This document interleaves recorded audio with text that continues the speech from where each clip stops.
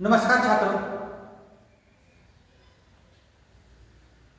आज मैं आपको कक्षा 8वीं विषय हिंदी, इस विषय हिंदी में पहली इकाई में पांचवा जो पाठ है उसका नाम है मधुवन, और इसके रचनाकार यानी लेखक का नाम है अनुराग वर्मा। इस पाठ का विधा का जो प्रकार है वह एकांकिका है। आज मैं आपको इस एकांकी पर स्वमत अभिव्यक्ति के लिए कैसे प्रश्न पूछे जाते हैं और उसका उत्तर कैसे लिखना चाहिए, इसके बारे में मैं आपको जानकारी देता हूं। तो स्वमत अभिव्यक्ति के लिए जो दो प्रश्न पूछे जाते हैं उसके बारे में जानकारी देता हूं और उसका उत्तर कैसे लिखना चाहिए। उसके साथ साथ अगली तासिका में मैंने आपको दो प्रश्न और दो प्रश्न के बारे में प्रश्न के उत्तर के बारे में मैं आपको जानकारी देता हूं। तो छात्रों ध्यान दीजिए, देखो स्वमत अभिव्यक्ति के लिए इस एकांकी पर प्रश्न कैसा पूछा जाता है और उसका उत्तर कैसे लिखना चाहिए, इसके बारे में जानकारी देता हूं। प्रश्न ऐसा है, उत्तम साहित्य के लिए संगोष्ठी यानी किसी विषयों पर विषयों का चर्चा करना, उसे हम संगोष्ठी कहते हैं, और सम्मेलन आवश्यक है। इस विषय पर अपने विचार लिखिए।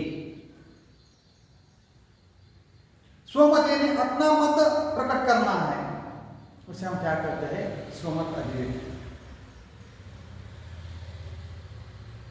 तो संगोष्ठी अर्थात किसी विषय पर विषय योग्यों और बुद्धिजीवों का एक चर्चा सत्र है।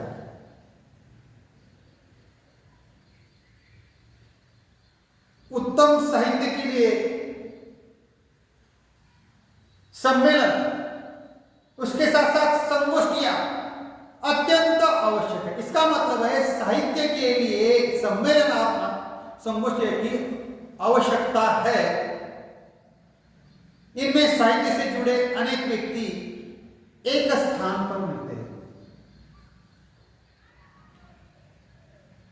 जो कुछ नया लिखा गया है अलग से होता है, उस पर एक दूसरे के साथ चर्चा हो जाती है, उसका समालोचन किया जाता है।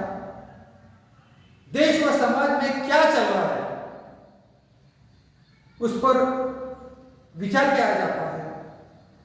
ऐसे समय में साहित्यकारों का क्या एक प्रकार का उत्तरदायित्व है, इस पर गहन चर्चा की जाती है।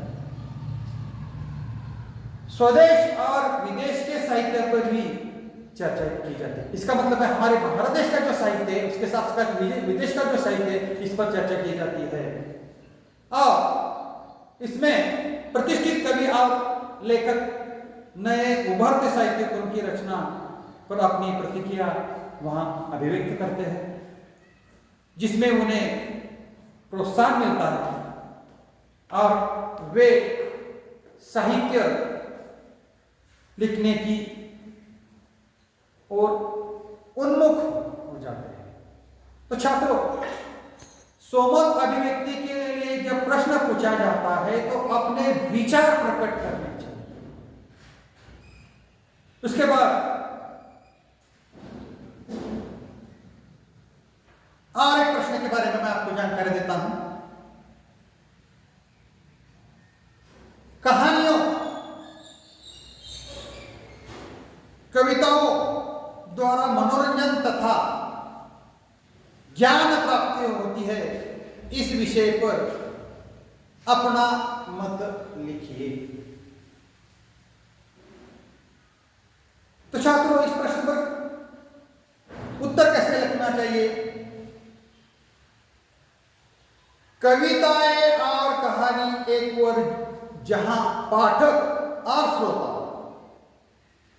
का मनोरंजन करती है, तो दूसरी ओर ये ज्ञान प्राप्ति का साधन भी है। इसका मतलब है मनोरंजन के साथ साथ उसमें हमें ज्ञान प्राप्ति होती है। कविताएं हमारे मनोभावों को अभिव्यक्ति देती है।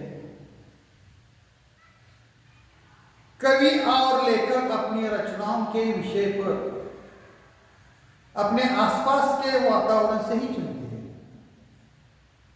अतः इनके लेखन से हम समाज में होने वाले परिवर्तनों से परिचित होते रहते हैं। जैसे मध्यकाल में कबीर, रहीम, रैदास, गुरु नानक, सूरदास, तुलसीदास, मीरा आदि अनेक संतों और सुधारकों ने समाज सुधार के लिए कविता के माध्यम से अपने विचारों का उन्होंने प्रचार किया।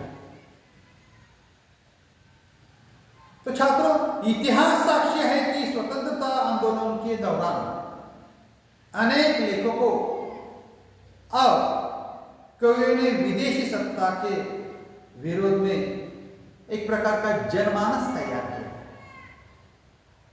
और उसका बड़ा योगदान भी है। इस प्रकार हम कहते हैं कि कविताएं और कहानियां मनोरंजन के साथ साथ हमारा ज्ञानवर्धन भी करती है। तो छात्रों, आज मैंने आपको मधुबन इस एकांकी में स्वमत अभिव्यक्ति के लिए जो 2 प्रश्न कैसे पूछे जाते हैं और उसका उत्तर कैसे लिखना चाहिए, इसके बारे में मैंने आपको जानकारी दी और यहाँ मैं ठहरता हूँ। धन्यवाद।